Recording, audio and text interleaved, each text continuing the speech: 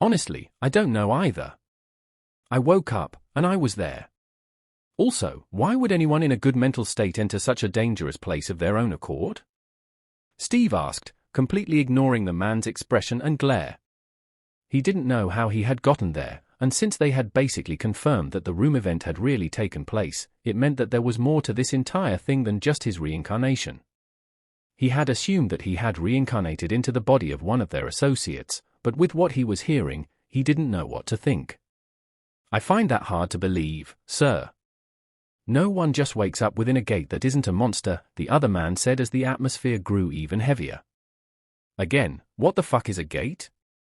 Steve asked, confused by what they were saying.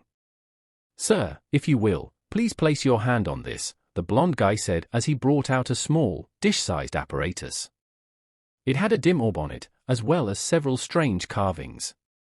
It looked like something straight out of Elden Ring or some other fantasy game. What does this do? Steve asked as he complied.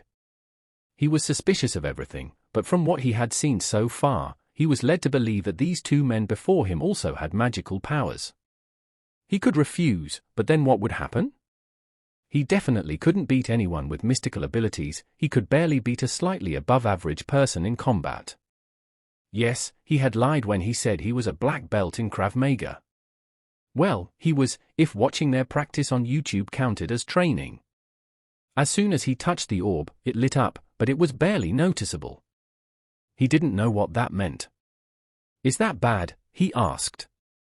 No, sir, this is a hunter assessment device meant to test your mana. The dim light only means that you are at E rank, the man explained. E rank? Where does that sit exactly? Would I be able to break boulders and run alongside a speeding vehicle? Steve asked, a wide smile appearing on his face. Who wouldn't smile? He had just been confirmed to have magical powers, so why shouldn't he be happy about it? Some E rank have been known to do some of those things, the dark-haired inspector spoke in an awkward tone. Do you really know nothing about what is going on around here? The blonde-haired one asked. Well, 1 minute I was going to work, and the next minute, I was inside that room. If I knew what was going on, do I look like the type to actively seek my death? He answered. Okay then, thank you for your time, Mr. Grant. Also, you can come to the association for a better assessment if you aren't okay with this, the man said as he stood up. Thank you, Steve answered. He didn't know what the point of their coming was, nor did he know who or what the Hunter Association was, but he was excited to know that he was a superpowered person. You can read ahead up to 100 chapters ahead on my Patreon.